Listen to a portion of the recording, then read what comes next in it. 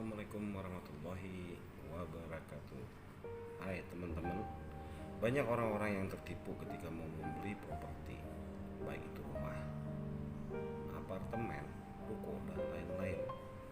Agar terhindar dari developer bodong yang tidak bertanggung jawab, kali ini saya mau berbagi info nih sama teman-teman semuanya, terutama yang muda-muda yang ada rencana untuk membeli rumah atau apartemen. Bagaimana cara mengetahui developer yang baik? Oke, saya akan kasih tahu, kita cek satu persatu. Yang pertama, cek historis dari developer tersebut. Apakah mempunyai track record yang baik? Apa mereka sudah pernah memiliki proyek yang sudah selesai tanpa ada masalah pembangunan maupun legalitasnya? Lihat kualitas bangunan, berapa lama proses pembangunannya, apakah sesuai dengan yang dijanjikan. Oke, developer yang baik juga menjual berdasarkan unit yang sedang dibangun. Ya, jadi bukan hanya menyiapkan show unit tanpa ada kepastian pembangunannya, hanya gambar, hanya maket, show unit, ada kantor marketing, tapi kita nggak pernah tahu proyeknya masih hutan-hutan, ya. Dan itu bisa kita lihat secara kasat mata, karena developer banyak yang hanya menjual berdasarkan gambar tapi realisasinya nanti tidak ada. Oke, jangan pernah tergiur dengan harga murah. Pastikan harga yang ditawarkan itu sesuai dengan kualitas dan fasilitasnya. Tapi biasanya pada umumnya developer memang hanya menjual berdasarkan gambar atau set plan saja. Tapi itu bisa kita lihat dari historisnya tadi yang di atas. Ya, karena memang progres pembangunannya belum mulai atau baru tahap menyiapkan lahan. Itu bisa dicek lagi, cross check dengan track record dan project sebelumnya. Seperti yang pertama saya jelaskan, kita lihat dulu historikalnya. Kalau memang hal itu biasa dan ditepati, itu bisa dimaklumi. Developer yang baik itu transaksinya terbuka, perjanjiannya jelas dan official, yang pasti sangat official. Dalam bertransaksi selalu menggunakan cara transfer pembayarannya. Ya, transfernya itu pembayaran langsung ke rekening atas nama perusahaan, bukan atas nama manajemen, apalagi atas nama pribadi yang bukan bagian dari manajemen. Itu harus diwaspadain, karena bisa saja begitu kita transfer yang perusahaan tidak mengakui bahwasanya itu adalah rekening mereka karena atas nama pribadi.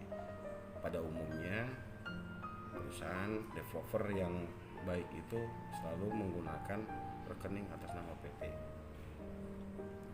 Kalaupun memang harus cash, biasanya diminta langsung di kantor pengembang dan ada kasir atau divisi keuangan yang menerima serta mengeluarkan kwitansi yang memiliki nomor dan logo.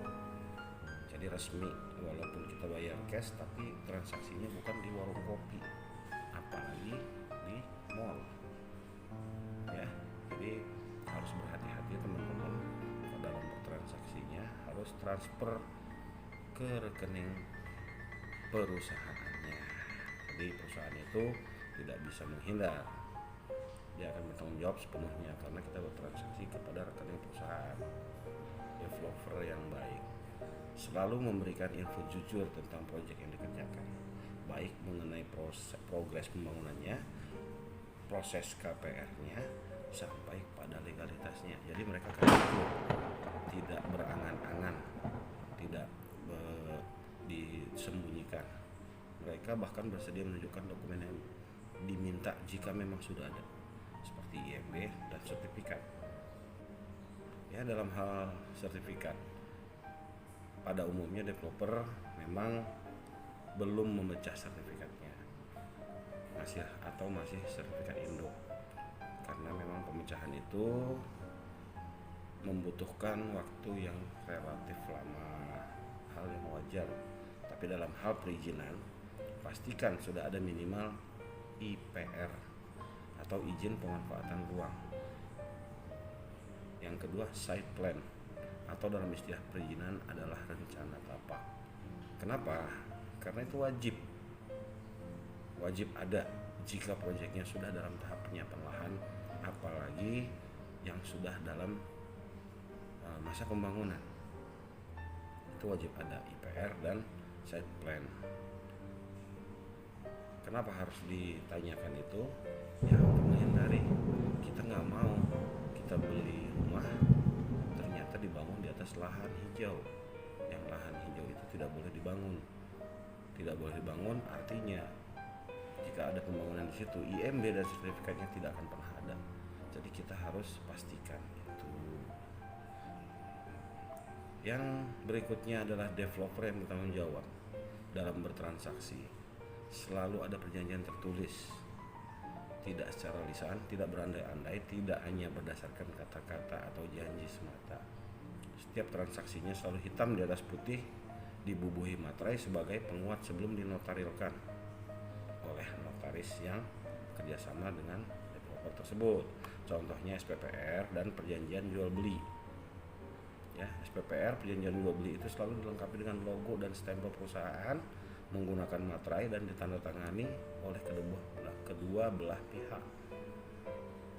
Yang terakhir itu selalu mendapati perjanjian yang disepakati. Developer yang baik itu selalu tepat janji, baik itu promo-promo dan hadiah-hadiahnya. Sekarang kalau kita tanya gimana saya bisa tahu, kita bisa tahu dia tepat janji sementara pembangunannya belum dimulai. Kita bisa deteksi awal, contohnya kalau kita dijanjikan promo atau hadiah waktu sebelum transaksi ya, atau progres pembangunannya, perjanjiannya itu mereka tepati. Misalnya kita membeli dengan perjanjian 6 bulan lagi akan dibangun, maka kita bisa lihat benar nggak 6 bulan lagi akan dibangun. Lihatnya bagaimana? Apakah kita harus kembali 6 bulan lagi? Tentu sudah terlambat. Kita harus lihat pada balik lagi proyek-proyek yang sebelumnya.